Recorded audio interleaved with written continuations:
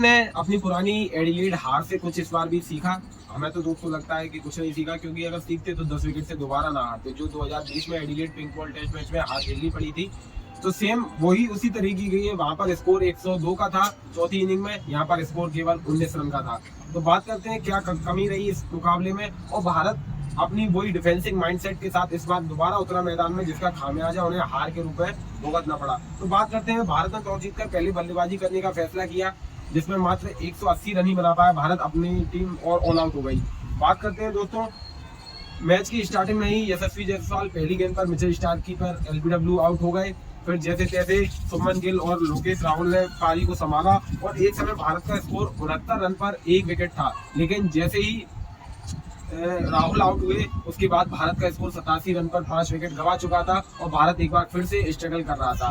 लेकिन थोड़ी देर ऋषभ पंत ने धैर्य भरी बल्लेबाजी की नीतीश कुमार रेड्डी के साथ। जब ऋषभ पंत आउट हुए, उसके बाद टीम एक बार फिर ताश के पत्तों की तरह बिखर गई और 180 रन बनाकर ऑल आउट हो गई। बात करें ऑस्ट्रेलिया की, तो ऑस्ट्रेलिया की गेंदबाज काफी अच्छी गेंदबाजी की। उन्होंने अटैकिंग गेंदबाजी की और शानदार फील्डिंग के लिए तो वो जाने ही जाते हैं। भारत की बात करें, डिफेंसिव माइंडसेट के साथ पूरे मुकाबले में खेलते रहे, थोड़ा अटैक करने की कोशिश नहीं की, जिसका खामियाजा उनको पहली ही पारी में भुगतना पड़ा। जहां तक हमारी राय है कि भारत को टॉस जीतकर पहली बल्लेबाजी नहीं करना चाहिए था, क्योंकि 2020 के एडिलेड टेस्ट में भी भारत ने टॉस जीतकर पहले ही बल्लेबाजी करने का फैसला किया था, क्योंकि पिच हरी थी और सी मूवमेंट कुछ ज्यादा ही हो रहा था और भारत को थोड़ा अटैकिंग बल्लेबाजी करना था, लेकिन नहीं की। तो आगे बढ़ते हैं। तो जवाब में ऑस्ट्रेलिया की टीम जब बल्लेबाजी करने आई, उन्होंने शुरुआत में तो 70 खेला। उसके बाद जब ट्रेविस हेड और मानस लबूशेन ने काफी जबरदस्त बल्लेबाजी की, अटैकिंग बल्लेबाजी की, जिसकी मतलब आप देख सकते हैं कि ट्रेविस हेड ने 141 गेंदों में 141 गेंदों में 140 रन का स्कोर खड़ा किया और ऑस्ट्रेलिया को 337 रन के पे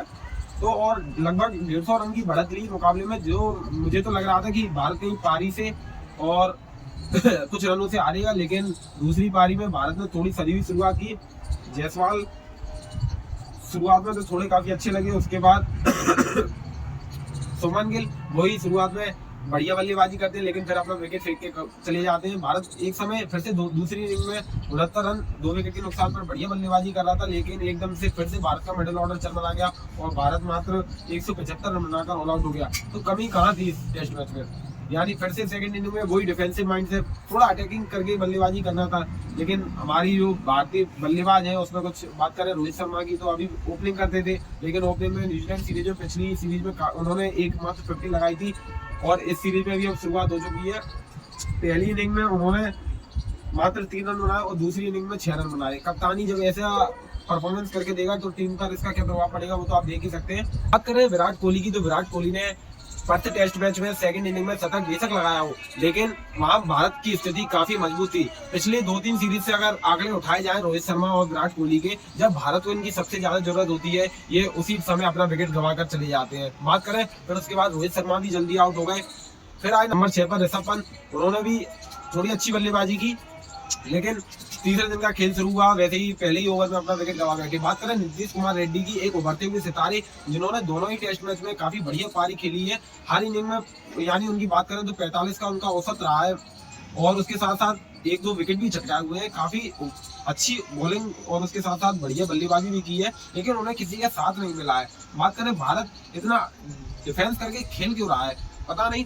पिछली बार जब हम बॉर्डर गावस्कर ट्रॉफी खेलने गए थे ऑस्ट्रेलिया, तब हम थोड़ा अटैकिंग मोड में खेलते थे और आप अपने गेंदबाजों को इतने रन तो बना के दीजिए कि वो अगर कुछ गेंदबाजी में भी कारनामा अच्छा कर सके, लेकिन आपकी सोच ही पता नहीं। जब जसप्रीत बुमराह की कप्तानी हमने फर्स्ट टेस्ट में देखी, तो वहां पर जसप्रीत बुमराह की कप्तानी में अटैकिंग पर नजर आया, जो रोहित शर्मा की कप्तानी में अब नहीं नजर आ रहा, क्योंकि वो पिछली सीरीज न्यूजीलैंड से हार चुके हैं और ये सीरीज गंवाना नहीं चाहते, क्योंकि पहले मुकाबले में जसप्रीत बुमराह ने फर्स्ट टेस्ट में जो भारत को जीत दिलाई थी, लेकिन इस मुकाबले में आते ही रोहित शर्मा की कप्तानी भारत एक और टेस्ट मैच हार गया। क्या युवाओं को मौका देना चाहिए?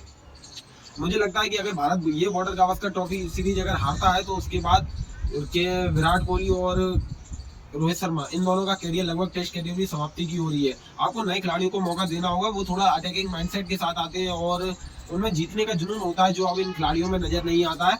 और बात करें यहाँ पर इंग्लैंड की, तो इंग्लैंड ने जो बल्लेबाजी का रौद्र रूप दिखाया है, न्यूजीलैंड को बुरी तरीके से दोनों ही मुकाबले में ऐसे हराया, मान लो उनके सामने कोई बांग्लादेश जिम्बाब्वे की टीम खेल रही है। तो आपको भी उसी माइंडसेट के साथ उतरना पड़ेगा। जब तक आप अटैक नहीं करेंगे, तब तक आप ऑस्ट्रेलियन बॉलर को प्रेशर में नहीं ला पाएंगे। तो आपको अटैक करना होगा और अब तीसरा टेस्ट मैच है, देखते हैं कि भारत क्या वापसी कर पाएगा या नहीं कर पाएगा।